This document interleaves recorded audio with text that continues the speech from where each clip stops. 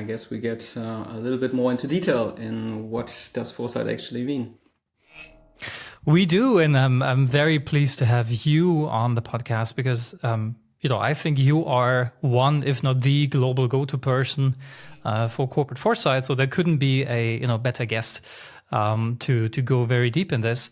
And so let's start with going actually deeper into this, because I think there could not be any better time for foresight than there is today. So it is 2024.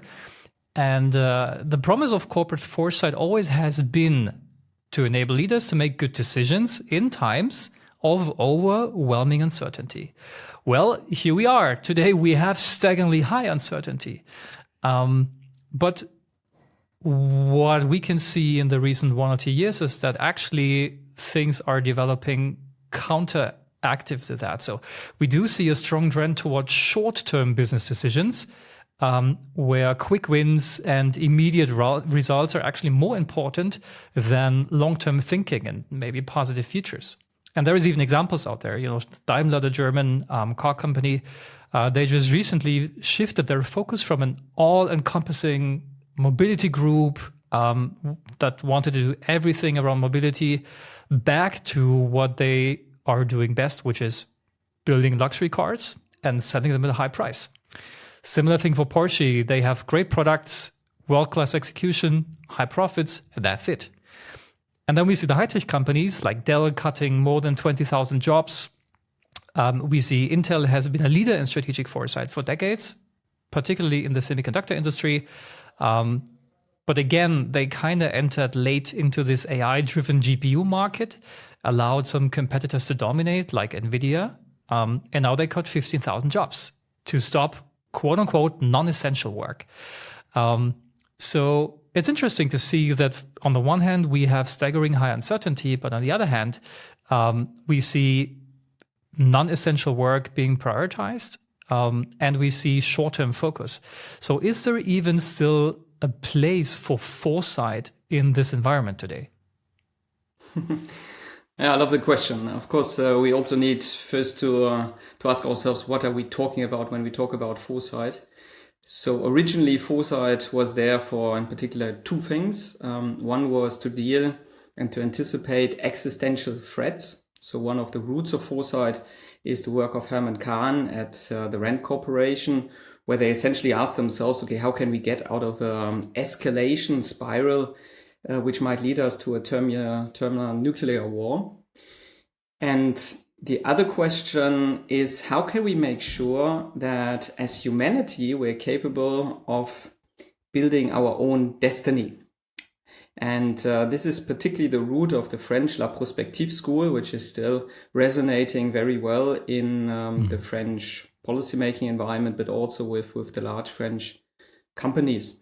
So the question is foresight still the same foresight which we have executed over the decades? Is foresight changing?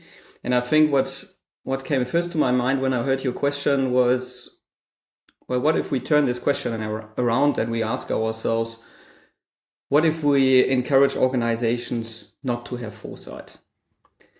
Focusing on the short term, making sure that you adapt quickly to what your competitors are doing. Would that be enough?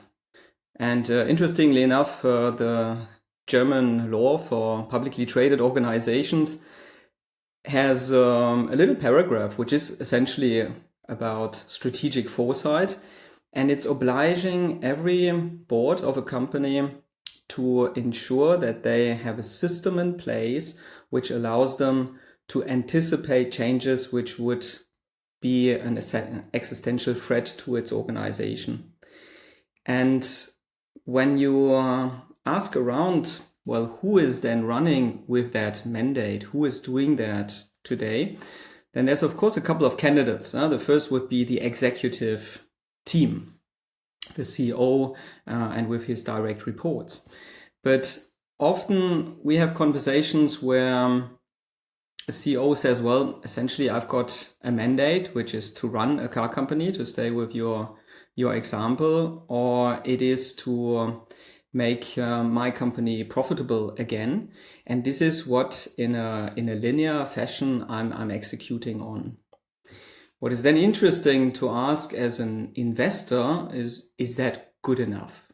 Is that is that not letting us down as the owners of a company? And then, of course, we need to differentiate who are then the owners and what are their objectives.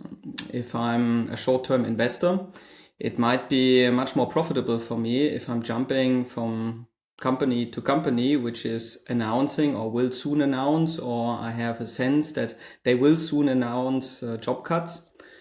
This morning we also woke up as Germans to the announcement of Intel, which you cited, that they will stop building actually a strategic investment plant in Magdeburg in Germany, which now also either brings 10 billion back into the coffins of the state, because that was a gift to Intel in order to build this factory in Germany.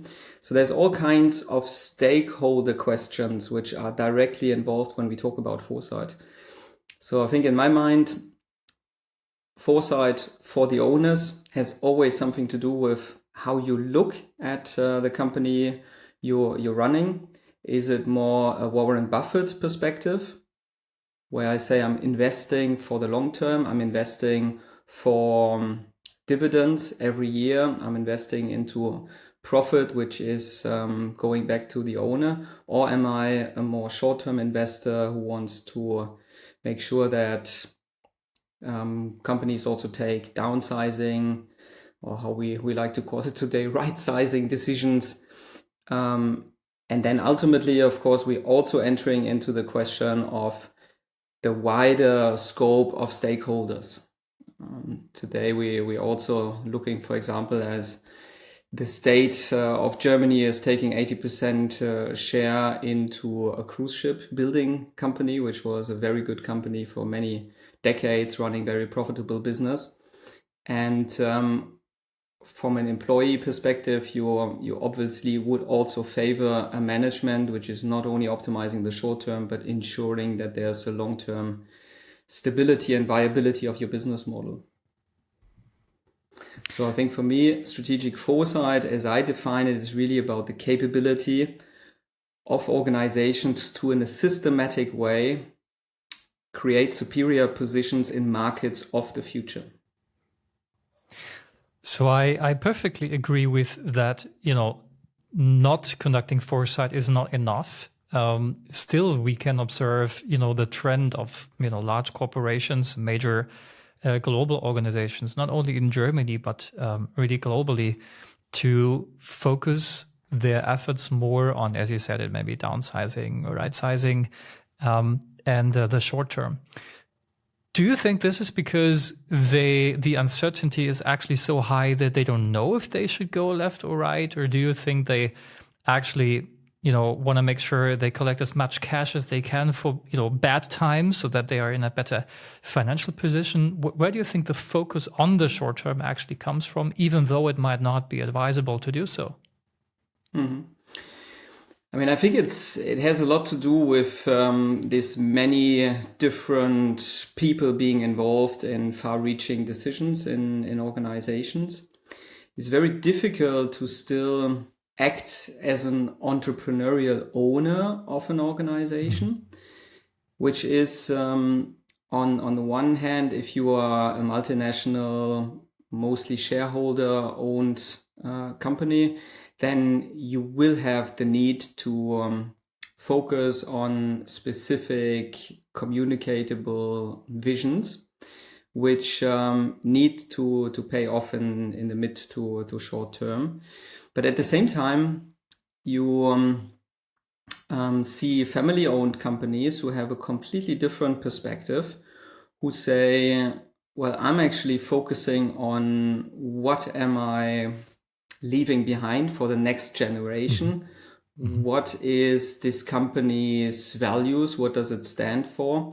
And to work from Christian Stadler some years ago showed that actually organizations which have a value-driven culture, which have a conservative investing behavior, and which is focusing on fundamentals like what are our core capabilities, what's our position in the market, etc., outperforming others in the mid to long term. So this is part of the decision or part of the situation which we're seeing. At the same time, what is also interesting to ask yourself is how are decisions, and particularly the strategic decisions, really taking today in our organizations. And what we see is that often in top management teams, there is specific issues which are dealt by specific members of the supervisory board and of the management team. So there's a small group of people who prepare a decision, and then you need to bring it to the wider decision-making body, where you need to re-explain what the issue was, what your proposals for dealing with it are, etc. And what we're lacking is this capacity as a decision-making body to have common frames of reference, have a clear picture about the future. And this is something which makes it then very difficult to make far-reaching decisions, while restructuring decisions are then often way more straightforward. Yeah. And you can see the effect, obviously, much, much faster, which if you have a 4 or 8 years tenure, you can actually leave, results to the board or to whomever you're reporting to, ultimately. Yeah, and maybe we're just, in midst of what we've been observing in the past, these different waves, these different cycles, when, we look back at Kodak and all these companies who just went basically bankrupt and, were put out of the game. Maybe it's just the same thing, and in hindsight, 5 or 10 years from now, we're looking back and say, well, obviously, it kind of was obvious, but we didn't see it back then.